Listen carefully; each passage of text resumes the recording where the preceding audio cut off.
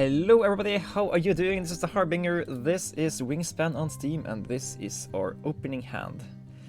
This, it's not the best thing I've seen, but we have some things going for us here.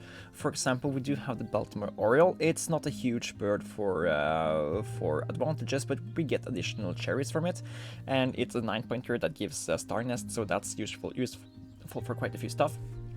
And the thing we can do here is we can take the black-chinned hummingbird and the Baltimore Oriole, put this thing in the wetlands, get cherries and get up to the second column, and still have a pretty good bird to put in the first of the forest place afterwards. So I like the idea of picking these two. We basically can just take this and be able to play it all together, but we can also take the black-crowned night heron also, just to have another 9-pointer ready to go. I don't really like picking plays just for points at this part of the game, and we don't really have the eggs to support that, so I don't think we're gonna pick this thing. Splendid Farewell will give us additional points at the end of the game if for each of the birds we have with the wingspans less than 30 centimeters. Sadly, Baltimore Oriole and all the other birds at exactly 30 centimeters does not get these additional eggs though, so that's a little bit sad. We are, however, looking good for star nests if we pick up this guy here, and it's something halfway worthwhile to put into the grasslands. Let's see what's available here. Virticulturalist, yes, it's basically worth 7 points here, which is great, and it's much easier for us to just get up to 3 points than it is for scientists. We basically already have half the stuff we need, and we are generating a lot of cherries here. So I think with this opener here that I want to... I think we can consider to take the Splendid Fairman here, unless there is something in the tray here we desperately won't. I don't see that there is, so I think we're gonna take this, ignore the grains here. We can pay the cherry for the black-chinned hummingbird, because we also have the nectar to play either of these. So I think this is fine here, and we are gonna have tons of space to lay eggs in for the first round of gold, but I don't think we are gonna be overdoing that. I do want to play out this guy pretty fast though. If we can also pick up the key, that will just be wonderful and lovely. We're gonna have tons of additional food to toss away for these guys, and we have already 2 star nests, so we are pretty good for picking up a large amount of the available bonus cards. So I think this is gonna be fine here. Take the cherry. That way we are more what do you call it? We can easier play anything if we draw a really good card out of this random card here. So the bronze cowbird. Hello, bird that lays eggs into all the nests that we are building. Yeah, that's a great pickup for us. Do we play it before we play out the Baltimore Oriole though? I think we can afford to delay playing this after playing this, because if not, it's gonna be really finicky to get enough food to play anything else. So yeah, let's do that. And I think I'm happy with that. I think I'm playing the bronze cowbird first then we are looking to play, I don't think I'm too eager to pick up the Loon's honey eater, even though it would be another Virticulturalist bird. So let's just go here, take the food for the bronze cowbird, and also stack up on some cherries for the key. And unless the opponent lays eggs just right now, they played the blue throat. So they are now very much poising to play to lay eggs or something. So we're gonna play out the bronzed cowbird, get some nectars into the grasslands as well. Yeah, of course we can certainly pick up Lewin's honey eater here just to have another cherry bird on board. They are it's not a bad bird when we have Virticulturalist here. We can play it basically almost for free because of the free cherries we get, and when so Virticulturalist basically makes the first 4 cards you play that contain cherries worth almost 2 points more. So this one is basically a 10er, and then this is a 7 pointer for 2 foods. So it's decent. The only thing is that I don't want to give the opponents too many nectars. But yeah, let's see here. Great Crested Grab. I like that. I like this guy. I like this guy for us. Getting these additional cards to look at is pretty great. And yeah, we're picking up this guy just to have it as an option. I'm not in love with playing this guy, so I'm not sold on it yet. But we might do it down the road. We are getting a lot of free foods from the opponent here. I think we still can afford to go over here and do something like this. I want to play out the Great Crested Grab, and I don't want to overpay by tons for it. So I think this is the thing we're doing here, because if we don't overpay but have the spare food instead, we can look at lots of cards for the key, and that's gonna help us draw a lot of good stuff.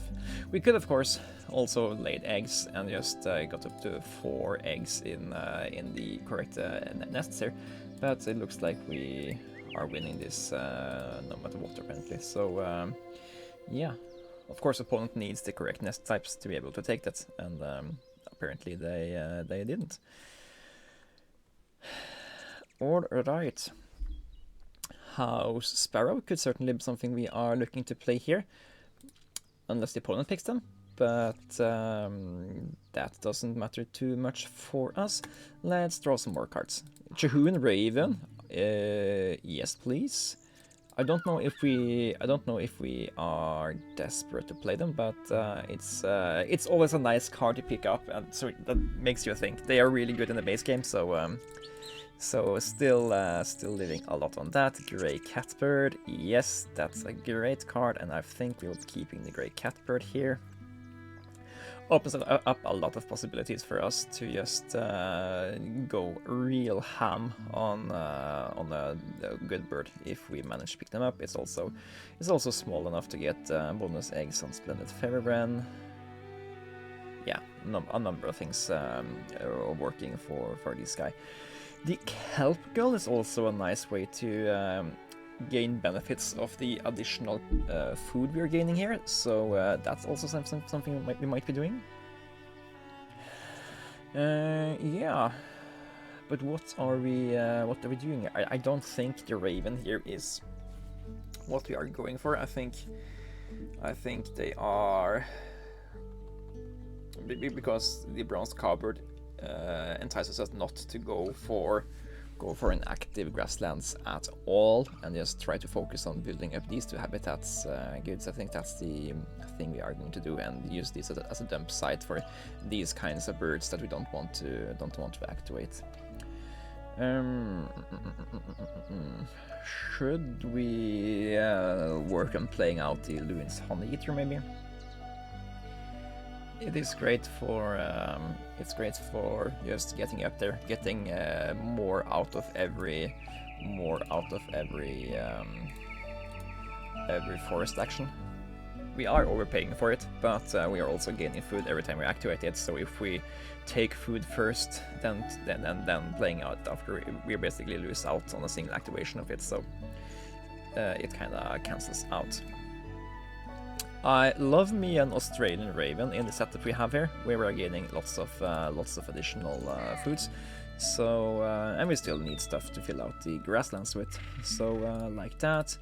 Legion Bowbird, don't think we're gonna play that. Duration Green Pecker, yeah, that doesn't work for any of the running goals, so it's just a dead card. Canada Goose. Canada Goose is interesting. At least the most interesting one in the pack, so we are gonna take that. Rose-breasted Grosbeak. That's also a good one. We don't have a decent way to generate these grains, so I don't think that is too exciting. But yeah, I'd actually love to just go for a few more times there just to see if we can't identify something really good to copy for our catbird here. In the meantime, I think the red-cockaded woodpecker get us another bonus card. It's also a decent shout out here.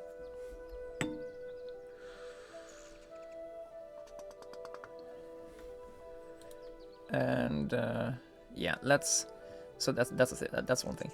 Also, I think we should consider to play out the red-winged blackbird here.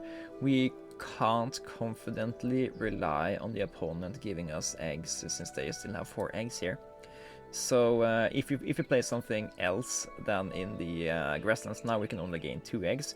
But if we play out the red-winged blackbird, then we can get 1, 2, 3, 4 eggs next time we lay eggs. As I think this is a really worthwhile investment for now. Also, it's a really cheap bird to play, while Cubes on Play a Bird is available here. It also opens up the possibility to just go grey catbird here into red-winged blackbird. We do have a lot of additional cards that we might not care about playing. So that's the thing. I think I'm gonna sacrifice the Horsefield's bronze cuckoo, and we are gonna lay eggs on these larger birds, even though they are star nests. Tucked in Mississippi Kite. I don't care too much about trying to activate that thing. And let's see, is there something to care about in the bird tray? Doesn't look like it is. We can't either win or tie the round to goal anymore, so we don't have to think too much about that either. We could go here and just build up a really activatable grasslands, but I think we're gonna run out of resources too fast if we go for such a route, so I don't think that that's a priority. We can also play the catbird over here. That's the way to gain us a lot of foods fast. I just don't think we need the catbird for now. Let's play out the red-cockaded woodpecker and see what kind of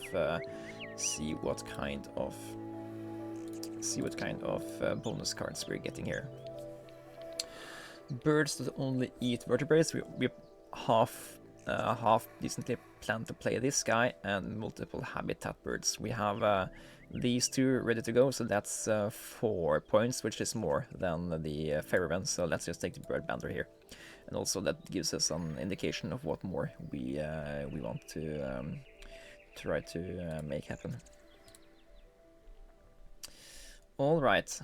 Warbler would have been really good with the other routes, so it's always nice to see that now.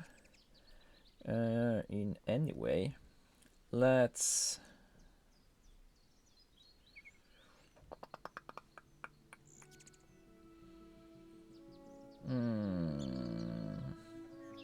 one final look for something decent to play. Puffin is great. Okay.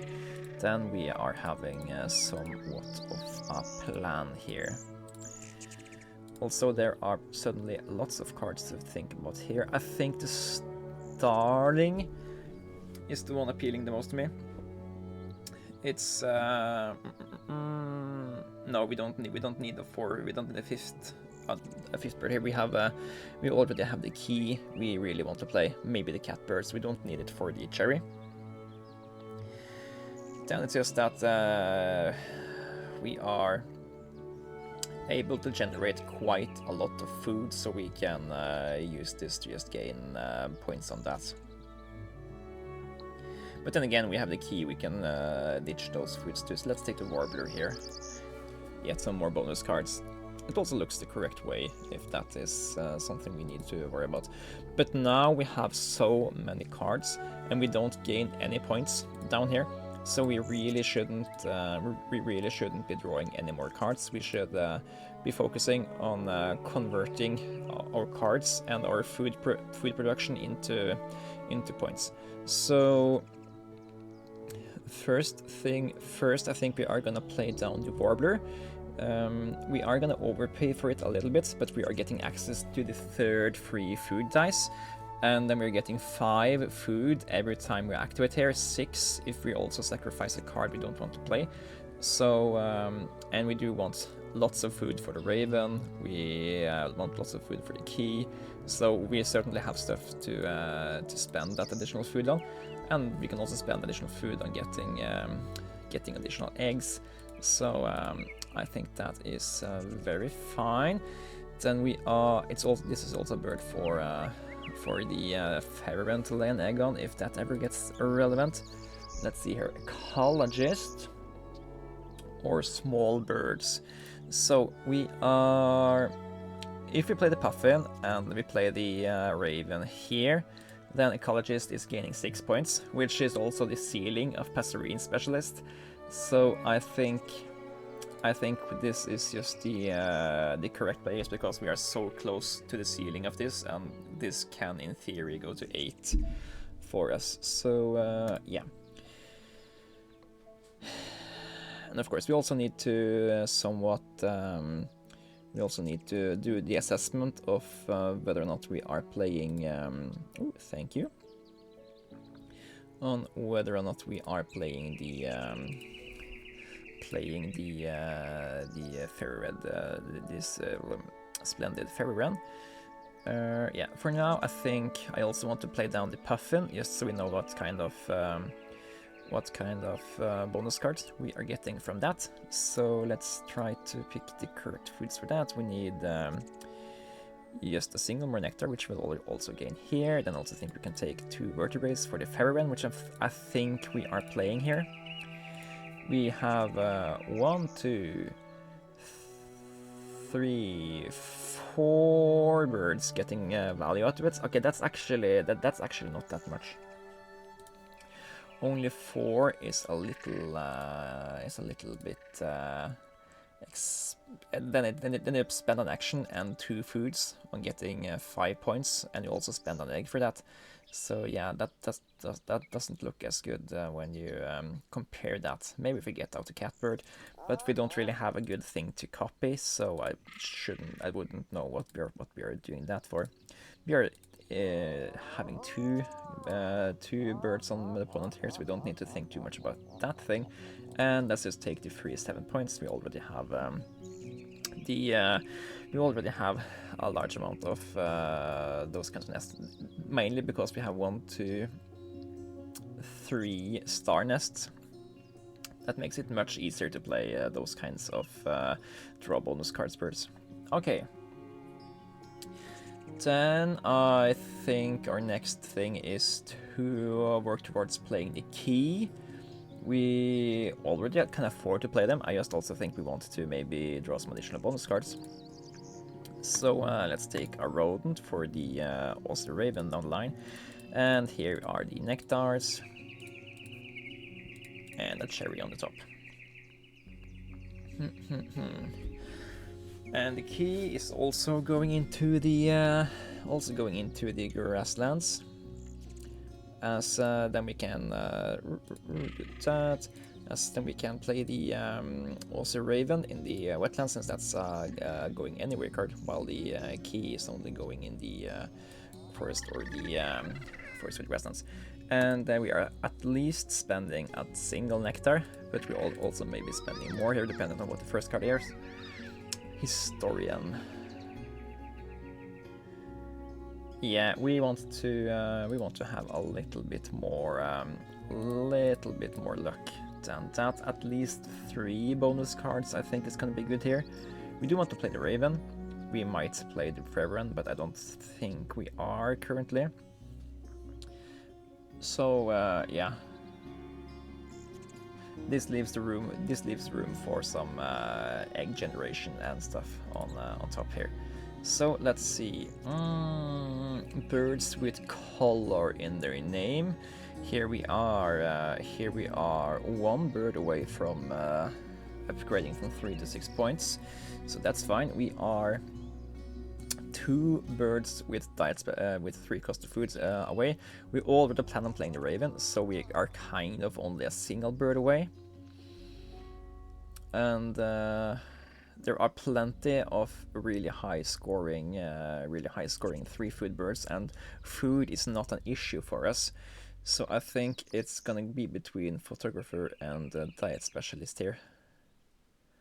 And I just think it's gonna be easier for us to find the second diet specialist bird here.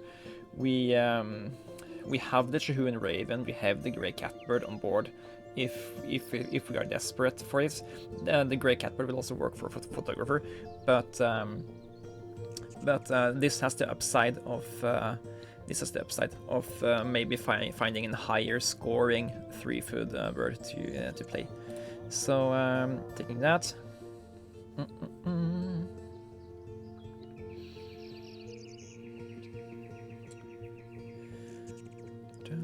And there are some more free eggs. Thank you.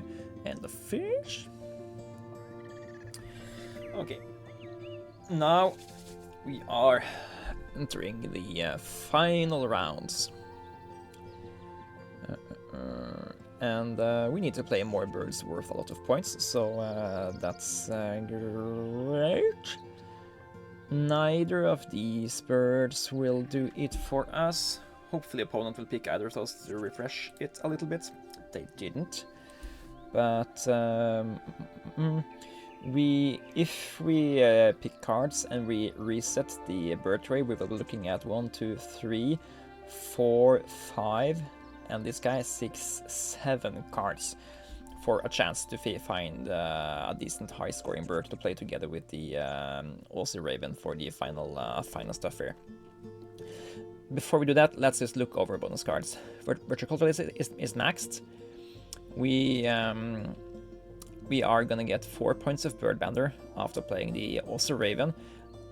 We need 2 more to play to get the final 7, so I don't think we're doing that. We are currently very close to doing the ecologist for 8. We just need to find something to play together with the Aussie Raven, so it's also gonna be nice to find out where we want to put this thing. Wildlife Gardener is maxed. Diet Specialist will be maxed, and yeah, of course, the Grey Catbird together with the Aussie Raven, they can combine for both of these ecologist and 3-food things, so we basically just need to find something better than the Grey Catbird. Then of course the question is it worth to do the drawing here? Spend an entire action on maybe getting a card that's better than this guy, when you also could just go here and lay 1, 2, 3, 4, 5, 6 points off here. Yeah, it's basically just not worth it. The Grey Catbird is also enough better over here that it will count for the final rounding goal, and we can repeat the Red-winged Blackbird twice. Yeah, I have made the decision to just do this thing, I think. Play out the Grey Catbird. Eat these 2 eggs.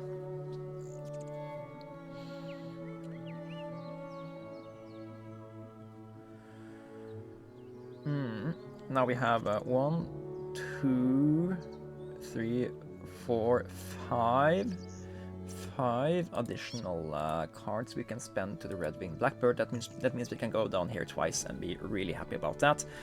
And we can use the 5th card for additional food, so we can get this guy out for cool stuffs. Of course, before we do anything of that, let's also do a final assessment of the fairy wren. They will lay 1, 2, 3, 4, 5 eggs. Yeah, that's 6 points. We also have to eat 2 eggs for the fairy wren. Not worth it. Then we are, I think we are, yeah, sacking here for egg is more worth than sacking for a food. So let's do this. And push eggs into these birds. Then we are going to repeat the red-winged blackbird. Then we're going to activate the red-winged blackbird. And that's cool.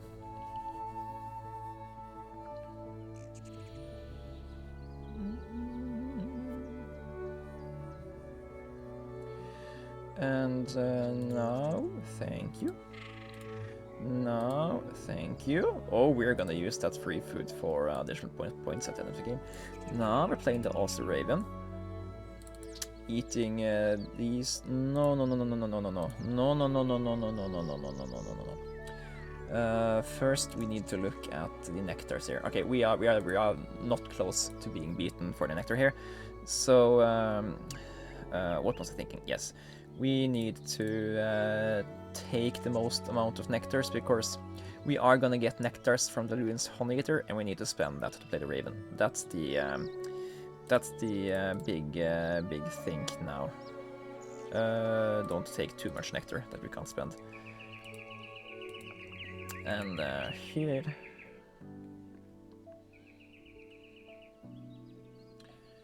Of course, there's something to be said for playing the Aussie Raven in the forest instead of in the wetlands here, just so we can steal the nectar victory from the opponent here. There is something to be said about that.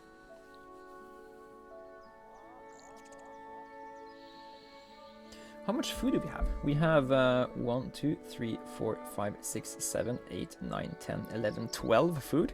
That means we can afford to play the Kelp Gull, play the Aussie Raven, and still have 5 foods left for this guy. So we can afford to actually do that. We can afford to actually do that.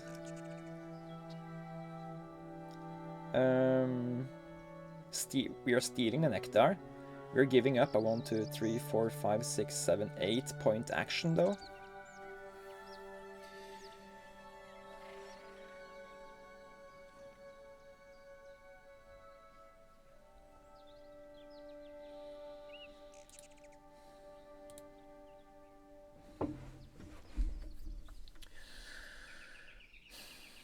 We're giving up an 8-point action to play the Aussie Raven over here.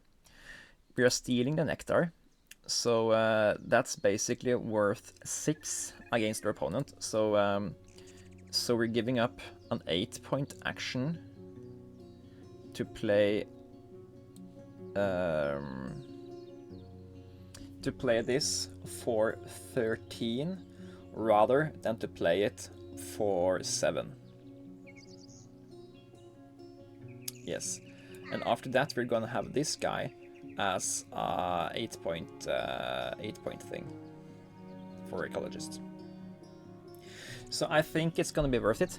So I think I'm going to do it. And there, I think I also did it. It also has the very niche case of solidifying our lead over here by playing 2 birds here, so so that's also a thing. Then we're playing out this final guy here, and by the sneak peek we had on our score there, I think this is gonna be a really good game, and it really makes sense. We played a lot of heavy high scoring birds. We had a lot of really good bonus cards. And yeah, we won all the nectars, won quite a few of the round end goals, and yeah, it's a really deserving high scoring game here, I think. So yeah, let's see how we did here. We win the nectar in the forest, we win the nectar in the grasslands, and we are also going to win the nectar in the wetlands. Awesome, awesome, awesome. That's 15 points on the luck, and this should be pretty decent. So yeah, 67, and we haven't even passed halfway mark. That's really promising. We're already past 100, 118, 125, 130, 133, 148. Yep, boy! That's a really good score. Happy about that. Okay, so what happened here that made this game go so well? One of the things that went really well is that we had the bronze covered early, got a few easy free eggs that helped us get lots of value out of our early plays.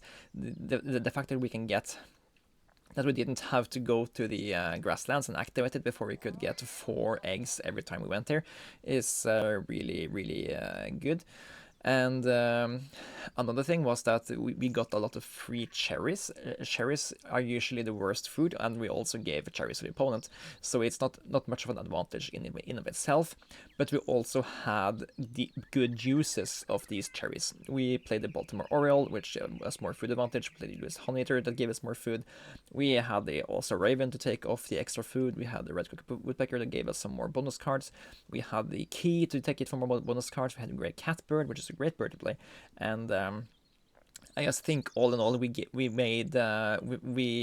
had a board state that really made good use of all the extra cherries we got there. Also, we had the Great Crested Grab, which helped us by drawing a lot of cards, so we could look at a lot of things to do. That's also a great thing here. And yeah, let's not put that under a chair. We were very lucky with all the bonus cards we drew. Virticulturalist for 7, we had Ecologist for 8, Wildlife Gardener for 7, and Diet Specialist for 6. So we 4 out of the 5 bonus cards we picked, we scored really high on, and the final one we only scored 4, but that's also pretty good. And we could we could very easily have drawn one of the other of these guys that had the wrong nest type. Even though we have 1, 2, 3 star nests here, we only lucked out on this guy because we had enough ball nests already in play before that happened. So yeah, I think we had pretty good control out of what we did, and a good game plan. We did correct analysis at the correct points, and I'm happy how this game turned out. If you have any thoughts on stuff we should have done different in this game, or if you in general just want to comment on my videos, I think this might be the video number 100. So if you have been joining me for quite a while, I'd love it if you just drop a comment of what you think about these videos in general. And yeah, thank you for following me playing Wingspan. I think it's really fun to play this game and share my thoughts about it, and I hope that you guys enjoy it as well. Thank you guys for watching. This has been the Harbinger, and I will see you guys in the next one. Bye bye, take care.